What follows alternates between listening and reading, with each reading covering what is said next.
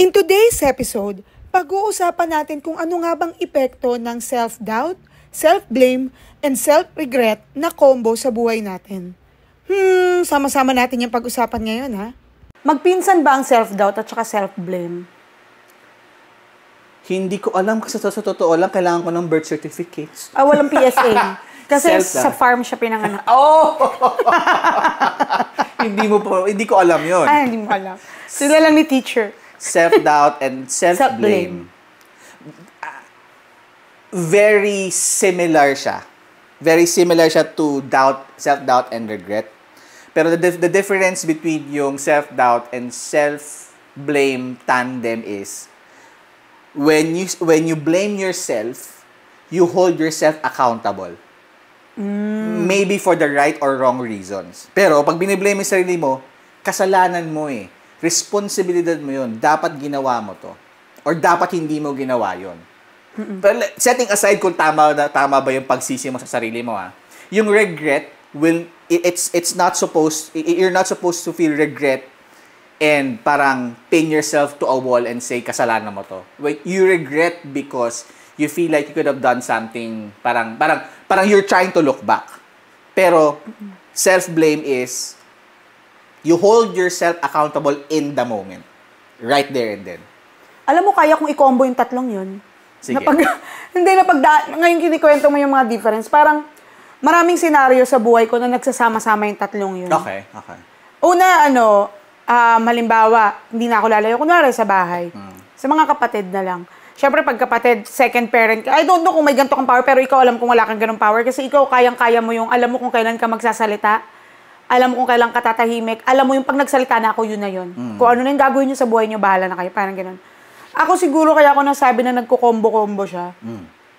Yung una, pag yung self-doubt, halimbawa, may gusto akong ituro sa kanila, o may gusto akong sabihin sa kanila. Dapat huwag ganitong gawin.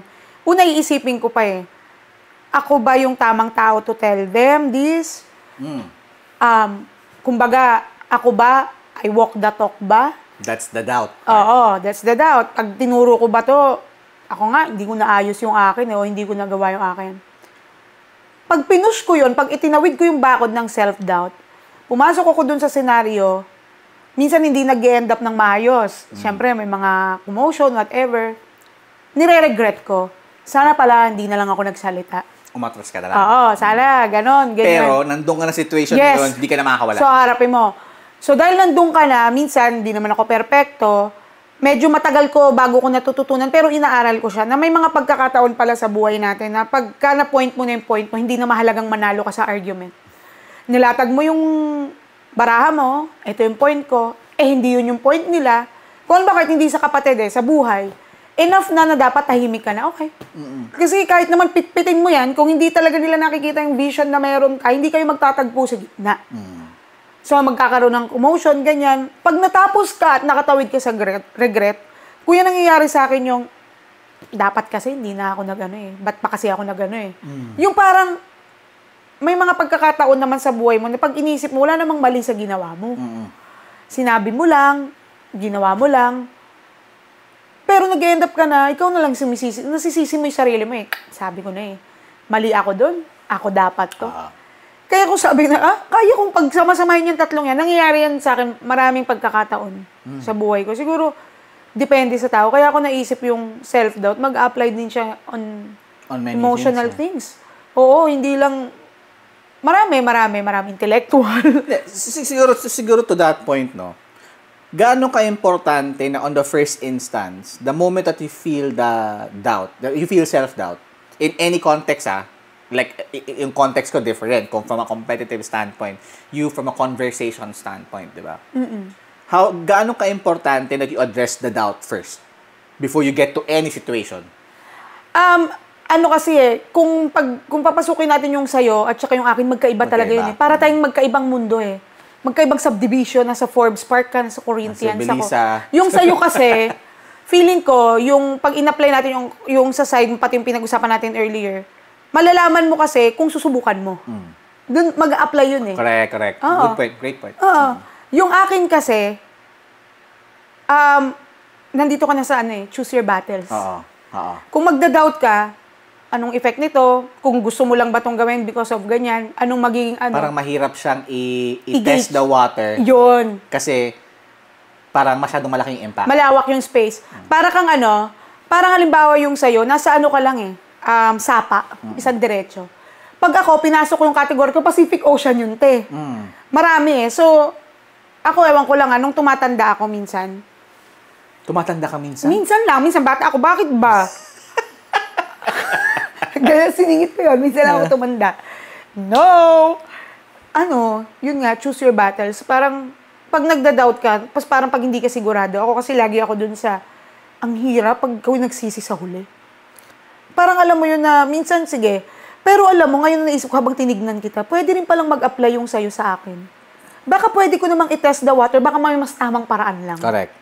Mas mahirap lang talaga siya kasi minsan, the more kang attached dun sa tao o sa sitwasyon, ang hirap nung detachment na ito lang tayo. Professional o civil man, I don't know what's the right term.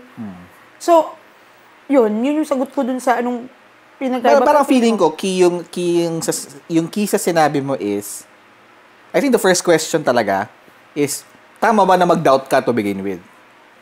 Sa bagay. Diba? Kasi kung actually, kailangan mo itanong yon. Kasi, most of the time, pag hindi mo tinatanong yung bagay na yon, actually, may maraming gantong tao, bara-bara. Huwag ka naman, bumusina ka naman sa akin. Sorry na. Hindi, hindi, sige, pag i-sophisticate natin, irrational. Oo, actually, tatanong ko pa lang sa'yo kanina, ano ba pag sinabing rational? Hindi, ako for me, it's very important na i-address mo yung doubt na yon on the onset. Hindi yung i-address mo siya on the fly. Kasi pag in-address mo siya on the fly, you're putting yourself already in a situation where either you lose, may loss sa'yo, or magiging irreparable yung situation. Maganda, tama. Or hindi lang irreparable damage yung we need to consider. Parang ano yung mga damage, irreparable cost to relationships, irreparable damage dun sa... Alam mo ko yung na-realize ko kung ano pa yung pinagkaiba dun sa, sabi mo, yung self-doubt nung example mo at self-doubt nung akin.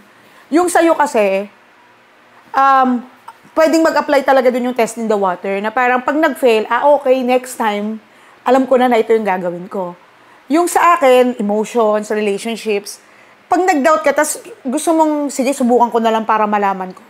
Mahirap. Kasi the moment na kahit malaman ko pa, na ito pala dapat yung gawin ko, o ito pala dapat yung tama. Hindi ko siya ma-apply agad kasi hindi ko naman hawak kung kailan mag-mement o kailan i-heal ng panahon yung, for example, kung nasaktan mo yung damdamin, na-break mo yung relationship. So, feeling ko ang laking factor nun. Parang what you're saying therefore is, when you tackle this situation, kailangan mong i-measure kung gaano kalaki yung room mo to make mistakes, to commit mistakes, or to ano yung room mo for error. Pagka malaki yung room mo for error, dun papasok yung una mong sinabi na, okay, I can learn lessons from this. Medyo mababa yung damage collaterally, di ba? Pero kapag ka ang damage is parang relationships, parang bonds with people that are close to you, medyo manipis ang room for error on the basis na kapag damage is done, sometimes matagal lang repair, period, or baka irreparable na siya. Ang hirap, no? Kung halimbawa ikaw, maka-encounter ka ng mga tao, close friends, halimbawa, ilayo ko na lang sa amin, dahil kami lang naman kaibigan mo. Thanks, ha? Hindi. Paano? Paano mo matutulungan if someone approach you, tapos dinadoubt nila yung sarili nila? Two things. Dalawang magkaibang may self-doubt. Yung isang may self-doubt, na may full potential. Yung isang may self-doubt na medyo hindi ganun yung potential niya, pero kailangan niyang gawin yung bagay na yun. Okay. How? Dahil sabi mo, people, ano tawag mo? People manager. Oo, people, yeah. Okay. So, pag pupunta muna ako dun sa person na may significant potential, no? Tapos may doubt. Syempre, una mong tanungin, ano yung doubt exactly?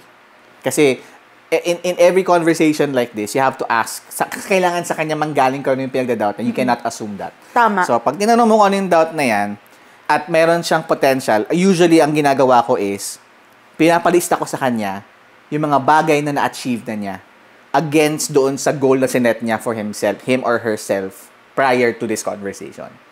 Tapos tatanungin ko siya, na-achieve mo ba? Kunyari, kung meron kang 10 goals, tatanungin ko yung person, na-achieve mo ba si goal 1, goal 2, goal 3, goal 4, goal 5? Sabi niya, ito, na-meet ko to. Ito, hindi, ito, hindi. Tapos, ang next question ko is, doon sa mga hindi mo na-achieve, bakit hindi mo na-achieve yon? Bakit ka nagda-doubt ngayon? Pag nasagot na niya yun, ang next na question ko, ano yung gagawin mo about it? Kasi the reason na importante tanungin ko ano yung gagawin niya about it is susubukan kong i-unleash niya yung potential niya further. Kasi itong person na to, magaling na to eh. Pero nagda-doubt pa din eh. My view is, kaya ka nagda-doubt kasi hindi mo naintindihan yung extent ng potential mo. Baka nakatingin ka lang, baka tunnel vision ka, na parang ito lang yung nakikita mo. Pero pag widen mo yung horizon mo, by looking at your mistakes, what are your opportunities to learn? Baka makita mo na you're not just, for example, you're not just an assistant manager. Baka maging department head ka in the future, pero you just don't know what you can do more, di ba? So, importante, natanungin mo muna ano yung doubt, kailangan maklaro sa kanya kung saan ka magaling ka, saan ka hindi, ano yung dapat mong gawin sa tingin mo para ma-address yung mga opportunities mo. Pero yung pinaka-importante is check back on that person. Kasi at this point, importante na yung role mo sa person na yon in terms of achieving yung mga goals niya. Kailangan mag-set kayo ng timeline. In the next month, mag-usap tayo ulit. Ano na yung mga nagawa mo to address yung mga weaknesses mo, yung mga opportunities mo. Makikita mo doon yung commitment niya, obviously. Kasi kung may commitment problem din, chances are, mag-i-increase lang yung doubt kasi hindi niya ina-address yung doubt na yun to begin with. So, importante na you understand kung anong gusto niyang gawin, himself or herself, his or her way, check back kung ginagawa na niya yun. So, that's one. I think yung structure na yun, maintindihan yun ng mga high potential persons. Oh my God, baka hindi ako high potential. Kasi alam mo, akong naisip ko, kuya, paano ko i-encourage, una yung self-doubt na full potential, alam mo, sasabihin ko, iuupo ko siya. Balikan mo lahat ng pagkakataon na akala mo hindi mo kaya pero kinaya mo. Anong pinagkaiba nun ngayon? Tapos ito lang sasabihin ko sa kanya, okay lang yan. Magandang bagay yan na nagda-doubt ka. Because what thrills you is worth it. At saka maganda yan. Ano yan? It humbles you down. Tama ba yan? It humbles you down? It humbles you. Ayun, tama. Alam ko lang ngayon from now on, may S pala yun. It humbles you down. Totoo yun kasi sabihin ko sa kanya, okay lang yan, namnamin mo yan. Kasi pag masyado kang kumpiyansado, chances are, baka hindi na yung, alam mo yun, yung full potential mo sana, eto ka lang. Kasi kaya ko yun, nanggaling na ako dyan eh. Dati, ganito, ganyan eh. Tapos, sabihin ko sa kanya, magdasal ka lang. Naduduwag ka lang eh. Pero it's a good thing. Kasi maganda talagang nare-remind tayo na may room pa for greatness. Kahit na-great na tayo as a person, or feeling natin magaling tayo, ganyan. Pero dahil may takot ka pa, magandang sign yan, namnamin mo, pero suugin mo, galing ka na dyan. Minsan ka lang nasugatan, gas-gas na lang yan, so kayang-kaya mo. Yung isa naman, yung nagda-doubt siya, tapos medyo hindi pa ganun yung potential niya, ang sasabihin ko sa kanya, gawin mo. Do your best. Pag nagkamali ka, you learn. Pag nagawa mo ng tama, di mainam. Pupunta ka sa next level, pag sinabi niya, kasi nakakatakot eh. Okay lang yan. Kasi, lahat naman ng pagdadaanan natin, malay mo, daan lang yan. Yung magiging manager mo pala dun, yung pinsan pala niya, may best friend, yung pala yung magiging asawa mo. Alam mo yung ganun? Kasi hindi mo naman, minsan talaga may mga bagay tayong gusto natin. Hindi siya binibigay sa atin exactly para dun sa ini-aim talaga natin for our lives. Minsan, binibigay siya kasi daan lang siya. Next, on In the Right Corner with Almira Shil and Kuya Dwayne. So, kung ano yung opportunity meron ka, kung hindi naman mag-harm sa'yo, hindi mag-suffer mental health mo, physically lalo, hindi ka mabubugbog, tatawid sa alambre, gawin mo lang. Kasi, or I don't know kung ako lang. Ako kasi, kuya, mahilig ako. Sige, tira ka lang ng tira. You'll never know eh. Diba? Ako gano'n. Magkaiba talaga. Ikaw talaga with steps. So, hindi talaga ako high potential. Pero hindi. I think you are high potential. And gagamitin ko yung sinabi mo just now and yung prior to that para to address yung high potential comment ko, to address yung low potential question.